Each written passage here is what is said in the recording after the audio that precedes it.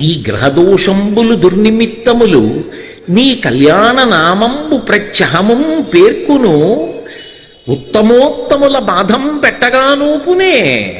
ఆయన కాళహస్తీశ్వరుణ్ణి ప్రశ్న వేస్తున్నాడు. దేవాలయంలోకి వెళ్ళి శ్రీకాళహస్తీశ్వరుణ్ణి ప్రశ్న వేశాడు. ఈశ్వర, గ్రహదోషం ఉందనుకో, ఒకవేళ ఏదో దుర్నిమిత్తం ఉందనుకో, ఏదో ఒక గుర్తు కనపడింది, ఏదో ఒక పక్షి యొక్క కదలిక చేత ఏదో అశుభం జరుగుతుంది అని తెలిసింది. అయితే ఇవి ప్రత్యహము నీ నామంబు పేర్కొను.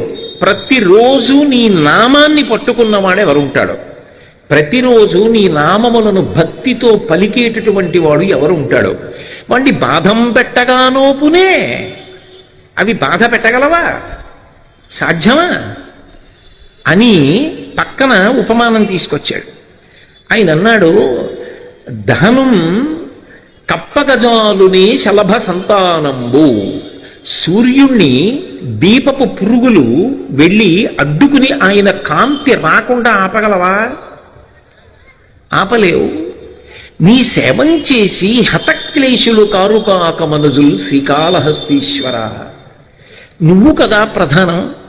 నీ సేవ చేసి అసలు వచ్చేటటువంటి క్లేశాన్ని ఎందుకు తొలగించుకోవట్లేదు ఈ మనుషులు అని శ్రీకాళహస్తీశ్వరుణ్ణి దూర్జటి ప్రశ్న వేశాడు.